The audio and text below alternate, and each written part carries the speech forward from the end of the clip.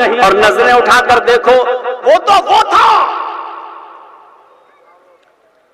نماز پڑھا رہا ہے، بیت المقدس کی طرف چہرہ ہے، اور پہلے قبلے کی طرف چہرہ ہوتا تھا، اس سے پہلے بیت المقدس قبلہ تھا۔ اللہ کے رسول مدینے میں اپنے ملیال اور ننیال تک گئے تو 16 یا 17 مہینے تک اللہ کے رسول نے جو نماز پڑھائی وہ بیت المقدس کی طرف چہرہ کر کے نماز پڑھائی۔ بیت المقدس کی طرح جو بیت المقدس آج جو فلسطین اور اسرائیل کی لڑائی جو چل رہی ہے، اب تو خیر برام لگا ہوا ہے کچھ دن کے لیے، لیکن وہ بیت المقدس جو حضرت عمر فاروق کے دور میں جو فتح ہوا تھا، آپ اندازہ لگا سکتے ہیں میرے بھائیوں، اس بیت المقدس کی طرف چہرہ کر کے نماز پڑھتے تھے۔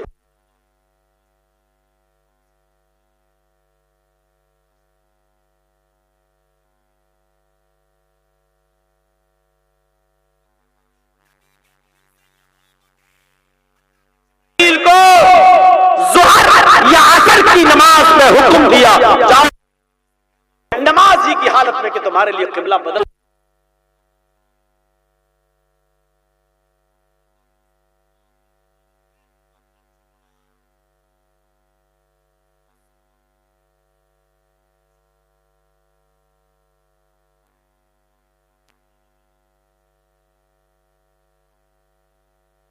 مانیں گے نہیں، آپ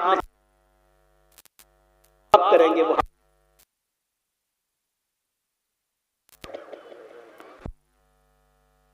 اور وہ تو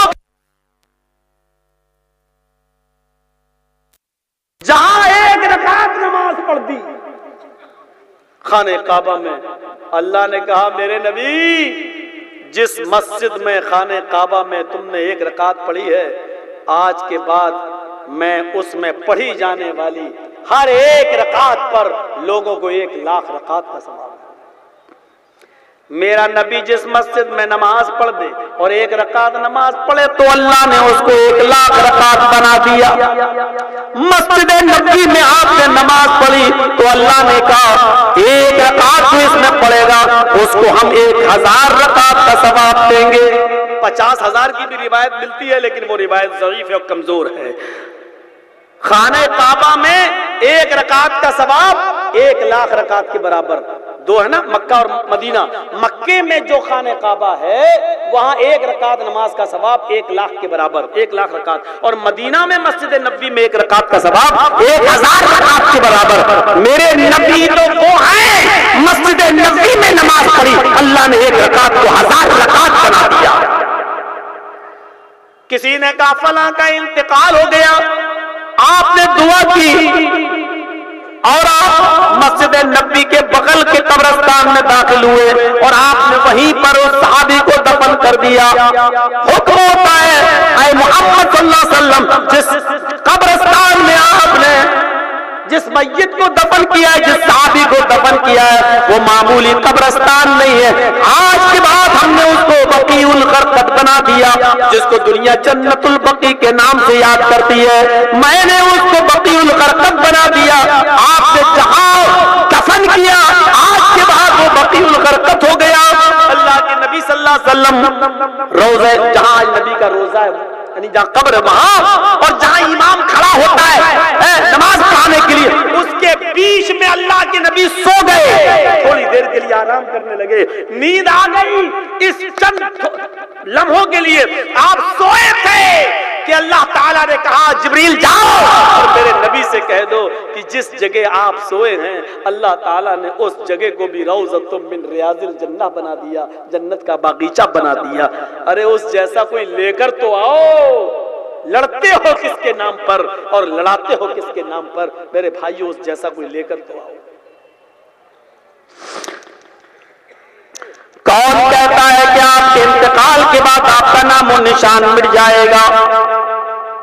ہم نے بہت سی خوبیوں سے نوازا ہے، بس اب میں جو کہوں وہ کرو۔ کیا کروں اللہ؟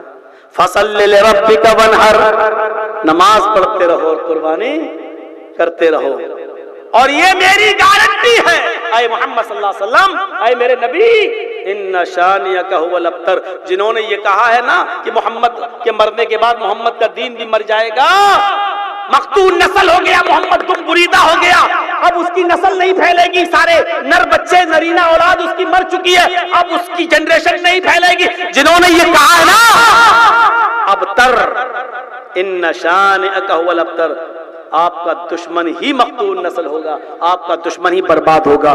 اور پھر دنیا نے دیکھا کہ اللہ تعالیٰ نے نبی کے ان دشمنوں کو کیسے برباد کیا ہے۔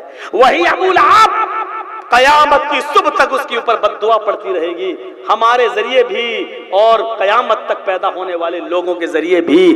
تبت یدا ابی لہب وتب، ابو لہب کے دونوں ہاتھ ٹوٹ جائیں، وہ بھی برباد ہو جائے، یہ بد دعا اس کے اوپر پڑتی رہے گی۔ اللہ نے اس کو مقتول نسل پر کر دیا۔